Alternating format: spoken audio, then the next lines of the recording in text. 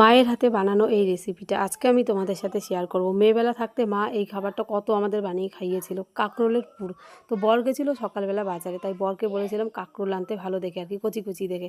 তো এর আগেও কিন্তু আমি বানিয়েছিলাম, তো তোমাদের সাথে আজকে শেয়ার করছি। আর এবছর প্রথম আজকে বানাবো আর কি। তো এদিকে প্রথমে কাঁকরোলের যে খসখসে আর কি জিনিসগুলো হয়, দাড়ি বলতে পারো, দাড়িগুলো সব কেটে কেটে ফেলে দিচ্ছি, খসখসে দাড়ি। তো ফেলার পর দু টুকরো করে কেটে রাখলাম। তো বানাবো হচ্ছে সবাই যাতে 2-3টে করে খেতে পারি। তো এদিকে দেখো 5টার মতো কেটে নিয়েছি। তো তারপর এদিকে লবণ দিলাম জলের মধ্যে, দিয়ে হালকা করে সেদ্ধ করব যাতে নরম হয়।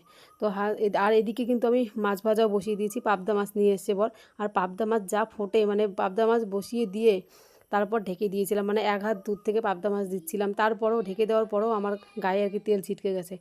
তো এদিকে তার কাঁকরোলগুলো সেদ্ধ হয়ে যাওয়ার পর নামিয়ে রাখলাম। আর এদিকে নিয়ে আসলাম একটা চামচ দিয়ে কাঁকরোলের বীজগুলো সব বের করে ফেললাম।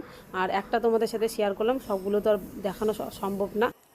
এমনিতেই গরম, তার মধ্যে হচ্ছে উনুনে রান্না, আসলে যা গ্যাসের দাম বলার মতো না। আর গ্যাস কিন্তু ফোন করলেও এখন আর পাওয়া যায় না, অনেক দেরি করে আসে, তাই উনুনে রান্না করছি যাতে গ্যাসটা অনেক দিন বাঁচে। আর এদিকে কাঁকরোলের বীজ বের করছি একটা করে, আর এদিকে যাচ্ছি হচ্ছে মাছের মশলাটা বারবার যাতে পুড়ে না যায় ঘেটে দেওয়ার জন্য। মাছের ঝোল হয়ে গেছে। তো এদিকে এখন বেটে নিচ্ছি কাঁকরোলের পুর বানানোর জন্য। সর্ষে বেটে নিলাম প্রথমে, সর্ষেটা বেশি দেওয়া যাবে না যাতে তেতো না লাগে। তারপর দিলাম রসুন লঙ্কা, আর ঝাল দিচ্ছি হচ্ছে নিজের পছন্দ মতো, যাতে একটুখানি সহ্য হয় ঝাল। আর ঝাল ঝাল না হলে খেতে ভালো লাগে না। আর দিলাম হচ্ছে রসুন। দেওয়ার পর কাঁকরোলের বীজগুলো বেটে নিলাম হালকা করে, নেওয়ার পর একসাথে সব মাখলাম। মাখার পর লবণ হলুদ দিয়ে কিন্তু মেখে নিয়েছি। আর এদিকে চাল আর কি আতপ চালের গুঁড়ো বেটে নিয়েছি, নেওয়ার পর লবণ হলুদ দিয়ে মেখে। আর এদিকে কাঁকরোলের পুরগুলো এখন কিন্তু কাঁকরোলের মধ্যে ভরে নিচ্ছি, নেওয়ার পর চালের গুঁড়ো দিয়ে আর কি মাখবো। এই দেখো সবগুলো আমার ঢোকানো হয়ে গেছে। তো এখন ভেজে নিচ্ছি। প্রথমে আমি দিয়ে দিয়েছি, তখন আমার আর মনে ছিল না ভিডিও করার কথা। তো এদিকে দুটো ভেজে নিচ্ছি, তারপর বাকিগুলো এখন তোমাদের সাথে শেয়ার করব। আর খেতেও কিন্তু দারুণ হয়েছিল, মনে হয় 2-3টে নিলে অর্ধেক ভাত খাওয়া শেষ হয়ে যাবে।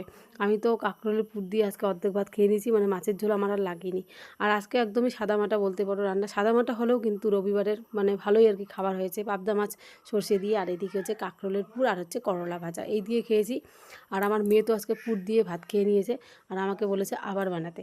আর তোমরা কারা কারা খেয়েছো অবশ্যই কমেন্টে জানিও, আর যারা খাওনি তারা কিন্তু এইভাবে বানিয়ে খেতে পারো। তো চলো, কেমন লাগলো জানিও ভিডিওটা।